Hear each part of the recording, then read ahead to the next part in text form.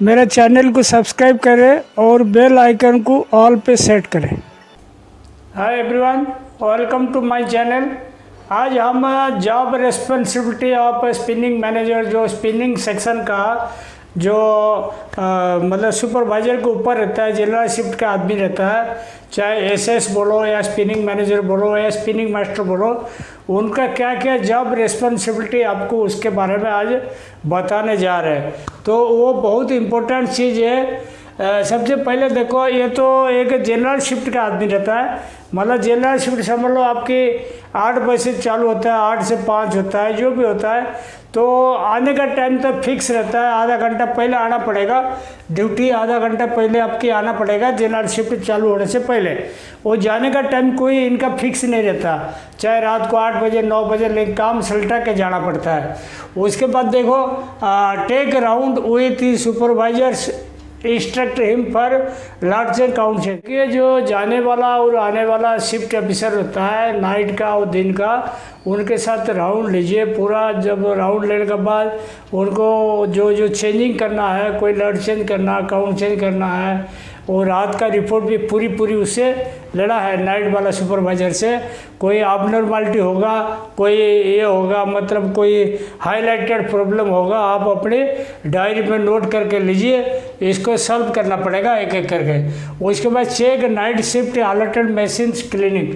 Night shift का जो alerted machine, जो रिम फ्रेम है या सिंपलेक्स हार मशीन है, ड्रॉप फ्रेम है, पूरा ड्रॉप जोन का साफ सफाई रैंडमली चेक करना, ताकि नाइट वाले का डर रहेगा कि चेकिंग हो रहा है, साफ सफाई बराबर रखना है। Check the waste room whether systematically और नॉट। वेस्ट रूम जो होता है उसको आपको एक बार ज़रूर चेक करना पड़ेगा राउंड के टाइम में। उसमें देखो वेस्ट वगैरह रोबिंग अलग से है नहीं है, हार्ड वेस्ट अलग से है नहीं है, अगर वेस्ट कलर माल चलता है कलर वाइज छाट के रखा हुआ नहीं है, सब चेक करना पड़ेगा और वेस्ट रूम का। और उसके बाद देखो, check the material stock position of each and every department. Material stock जो होता है, जैसे समझ लो मिक्सी में ले डाउन ख़त्म हो रहा है तो बेल जमा है नहीं है, कार्डिंग में मटेरियल कितना क्या पड़ा है, वो BSS तो नहीं होगा ड्राइंग में है तो माल कितना जमा है, सिंपलेस के लिए सही है क्या, सिंपलेस का रोबिंग स्टॉक कितना है, रिम फ्रेम के लिए उतना पर्याप्त है क्या। अगर आपको कहीं चेंज करना पड़ेगा प्रोसेस में, कोई प्रोसेस कम करके दूसरा प्रोसेस बढ़ानी है, कोई चेंज करनी है, तो तुरंत इसको इंस्ट्रक्शन दे के सही करानी है। इफ एनी डिक्रीज और increase in any department instruct जॉबर super. वही चीज़ है, जॉबर सुपरवाइजर को बतानी है कौन सा मशीन बढ़ानी, कौन सा मशीन घटानी है, कौन सा काउंट पैटर्न बढ़ाना घटाना, ये सब चीज़ बताना पड़ेगा चेंजिंग के लिए। Check 3 shift production report summary to send to HOD। 3 shift का जो प्रोडक्शन रिपोर्ट है, 3 शिफ्ट प्रोडक्शन रिपोर्ट चेक करना है बढ़िया से, समरी टू सेंड HOD। जो डिपार्टमेंट का HOD है, मतलब GM है, BP है या CO है, इनको रिपोर्ट भेजना पड़ता है 24 घंटे का। वो आप पहले 3 शिफ्ट का report, production report, waste report सब चेक करना है। चेक करने के बाद फिर HOD को आपको मैसेज करना। आजकल के ज़माना ऐसे हो गया, कोई लिखा पढ़ी वाला नहीं रहता, वो व्हाट्सएप में मैसेज चला जाता है कि हम इतना मशीन चलाते हैं, ये प्रोडक्शन इतना है, डिपार्टमेंट वाइज प्रोडक्शन कार्डिंग का इतना, ड्राइंग का इतना, सिंपलेस इतना, एफिशिएंसी इतना आया, रिम फ्रेम का इतना प्रोडक्शन आया, इतना ग्राम्स पर स्पिंडल आया, इतना हार्ड वेस्ट आया, इतना ऑटोक्रोम प्रोडक्शन, इतना पैकिंग प्रोडक्शन, डिटेल पूरा आता है, फॉर्मेट आता है, उसमें भर के आप व्हाट्सअप कर सकते हो। उसके बाद देखो, take full responsibility regarding productivity, idle, over booking और सेकंड क्वालिटी।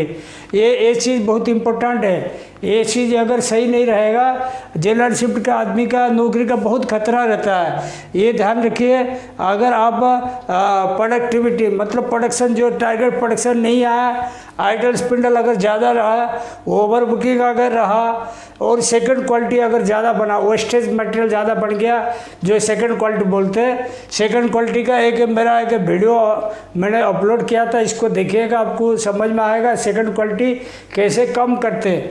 तो ये सब चीज़ आप अगर मेंटेन कर लोगे तो आपकी नौकरी चलता रहेगा। अगर ये डिस्टर्ब रहेगा तो आप डिस्टर्ब रहोगे। Take process stock in the month end for realization over और अंडर बुकिंग।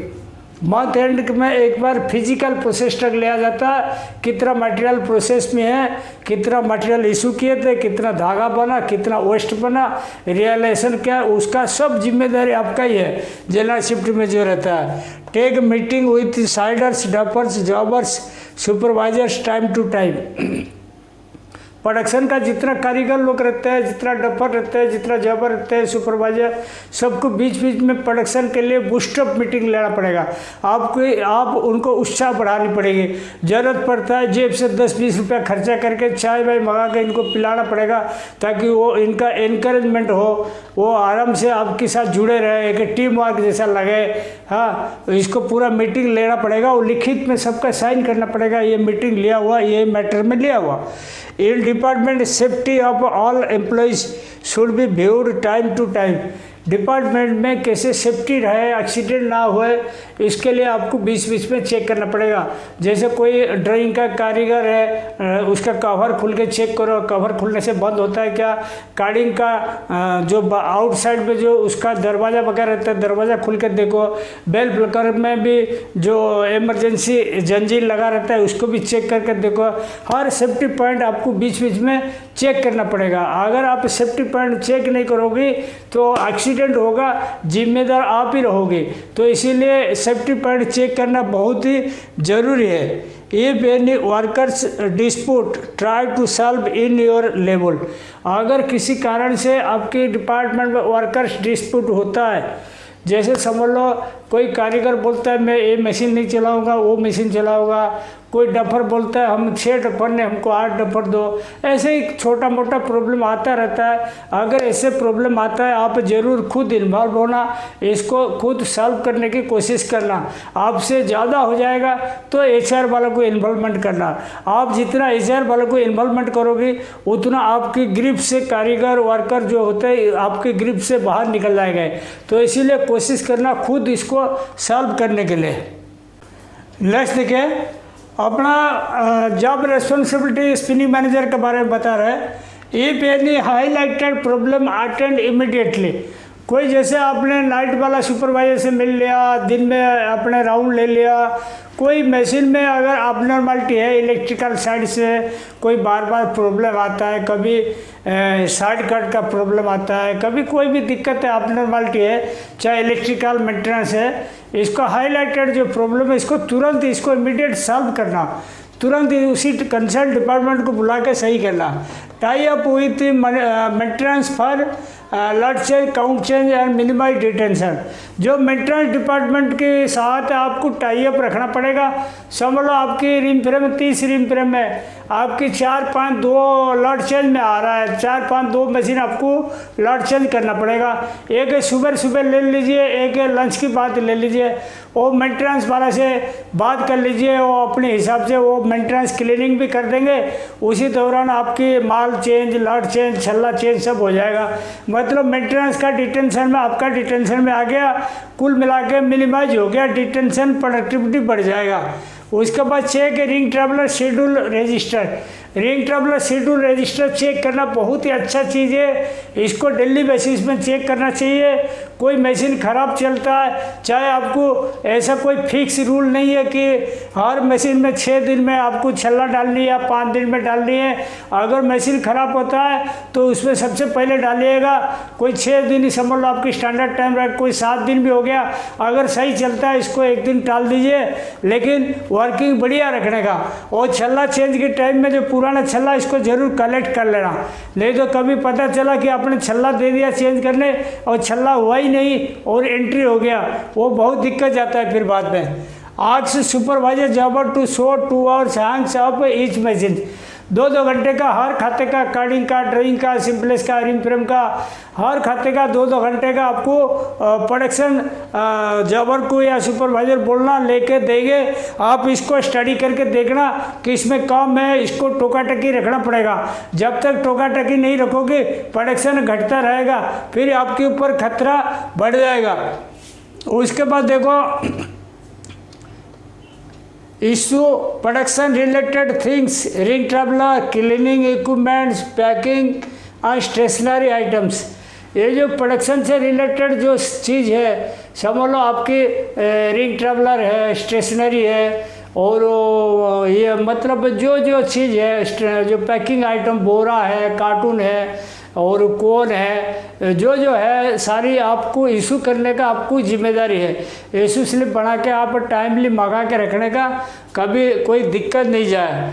और attend meeting with senior and instruct your supervisors. Senior लोग का साथ मीटिंग अटेंड करके जो आपको इंस्ट्रक्शन मिलेगा वो इंस्ट्रक्शन नीचे वाला को पास करना है।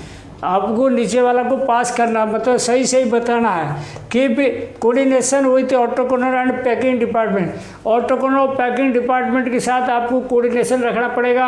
ऑटोकॉनर में कोई प्रॉब्लम है तो आपका ही प्रॉब्लम है, आपका भी कोई प्रॉब्लम है तो ऑटोकॉनर वाला की प्रॉब्लम है, वो मिलजुल के रहने का।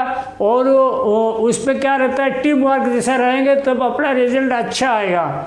उसके बाद देखो, in case of BSS arrange material from other units. समझ लो आपके पास 3 यूनिट है, आप 1 यूनिट का स्पिनिंग मैनेजर हो, 2 यूनिट और बाजू में चल रहा है आपके डिपार्टमेंट में। किसी भी कारण में समझ लो फायर हुआ या कोई मेजर प्रॉब्लम हुआ, खाते में BSS हो गया, रिम फ्रेम बन जा रहा है, तो उस केस में क्या करना, आपको जो 2 यूनिट है उसमें देखना कोई मटेरियल ज़्यादा होगा, वहाँ से 1-2 मशीन का मटेरियल लेने का, वो आपको अरेंजमेंट करना पड़ेगा। शिफ्ट सुपरवाइजर नहीं करेगा, आपको जाके बात करना पड़ेगा कि भाई मेरे खाते में ये दिक्कत था या मेजर ब्रेकडाउन था या फायर हुआ था, इसलिए मटेरियल कम है, मेरे को 2-3 मशीन का मटेरियल दीजिए। वो दे देंगे आपको, लेकिन रिम फ्रेम बंद नहीं करने देना। उसके बाद देखो, keep discipline of the department housekeeping in good condition. Discipline of the department का जो डिसिप्लिन होता है बहुत बढ़िया रखना पड़ेगा आपको। हमेशा सब डिसिप्लिन में रहे, सब पिसर बैग बांध के रखे, सब लकड़ी से अपना मशीन साफ सफाई रखे, टाइम पे लंच जाए, टाइम पे लंच से आए, और कोई किसी को बदतमीज ना करे। ये सब डिसिप्लिन का अंडर आता है। डिसिप्लिन बराबर रखने से खाता बढ़िया चलता है, आपको भी शांति लगेगा, साफ सफाई रहेगा, आपको भी बढ़िया लगेगा, साफ सफाई भी बढ़िया रखना। Monitoring of saleable and usable waste keep under control. Saleable और यूजेबल वेस्ट कंट्रोल में रखना पड़ेगा। यूजेबल वेस्ट तो समझ लो आपने यूज कर लोगे, थोड़ा क्वालिटी में दिक्कत आ जाएगा, लेकिन सेलेबल वेज आप कहीं छुपा नहीं सकते हो, वो तो सेलेबल जो निकलेगा बेचना ही पड़ेगा, उसका परसेंटेज तो फिक्स हो जाएगा। तो हर चीज़ का आपको परसेंटेज आपको कंट्रोल के अंदर रखना पड़ेगा, चाहे सेलेबल हो या यूजेबल वेस्ट हो। Talk two winding department for availability of empty bobbins. Empty bobbin available कैसे टाइम पे हो, कैसे बॉबिन शॉर्ट ना हो, उसका आपकी जिम्मेदारी है। और ऑटोकॉनर वाला सुपरवाइजर से जो इंचार्ज से आपको बार बार बात करनी पड़ेगी, बॉबिन ना कम पड़ जाए। और बॉबिन भी वो भी देगा कहाँ से, आपकी क्वालिटी सही रहे, डबल लपेटा सही रहे, लॉन्ग गेटिंग सही रहे, मतलब बिल्कुल abnormality कम रहे मटेरियल में, डी शेप कम रहे, हाफ डब कम रहे, तब जाके आपको बॉबिन बराबर दे सकते। और कट्स लेवल भी कम से कम रखना आपकी फर्ज है। ऑटोकॉनर में कोई कट से बढ़ता घटता नहीं है, जो बढ़ेगा घटेगा आपकी रिम फ्रेम तक है। आपकी अगर वर्किंग बढ़िया रहेगा, ऑटोकॉनर का कट्स कम रहेगा तो आपको एम्प्टी बराबर मिलेगा। आपकी अगर वर्किंग सही नहीं रहेगा तो ऑटोकॉनर कट्स बढ़ जाएगा, आपको बॉबिन कहाँ से देगा। तो इसीलिए ऑटोकॉनर जो बॉबिन अवेलेबिलिटी के लिए आप ही ज़्यादा जिम्मेदार हो। और आप कोई काउंट चेंज लड़ चेंज करते हो, तुरंत ऑटोकॉनर वाला को तुरंत सूचित भी करना। नहीं करोगे वो ड्रम एडजस्टमेंट नहीं कर पाएगा, बॉबिन भी नहीं दे पाएगा। Right log book instruction if any planning. अगर कुछ प्लानिंग है तो लॉग बुक में इंस्ट्रक्शन जरूर लिख के जाइए। ऐसा जरूर नहीं कि डेली लॉग बुक लिखे। जब जब कोई चेंजिंग है, कोई मेजर प्रॉब्लम है, कोई मेजर इंस्ट्रक्शन है तो लॉग बुक में लिखिए। उसके बाद फाइट विथ फायर आज एंड व्हेन नीड। देखो आग लगता है जब सबको आपको मतलब फाइट करना पड़ेगा, उसमें आप भी इन्वॉल्व रहोगे। चाहे छोटा फायर हो बड़ा फायर हो, आपको तुरंत आपको मतलब नोटिस में लाना पड़ेगा, ऊपर वाला को बताना पड़ेगा, सीनियर को बताना पड़ेगा। और कोई एक्सीडेंट भी होता है, फायर हो या एक्सीडेंट हो, एक्सीडेंट के केस में भी आपको टॉप ऑफिशियल को बतानी पड़ती है, चाहे छोटा एक्सीडेंट हो बड़ा एक्सीडेंट हो, वो भी आपका जिम्मेदारी है। तो वो स्पिनिंग मैनेजर का जो जिम्मेदारी है, इतना में मैं समाप्त करता हूँ। मेरे को ऐसा है आपको ये वीडियो बहुत अच्छा लगेगा, प्लीज़ लाइक कीजिए, सब्सक्राइब कीजिए और फॉरवर्ड कीजिए। Thank you.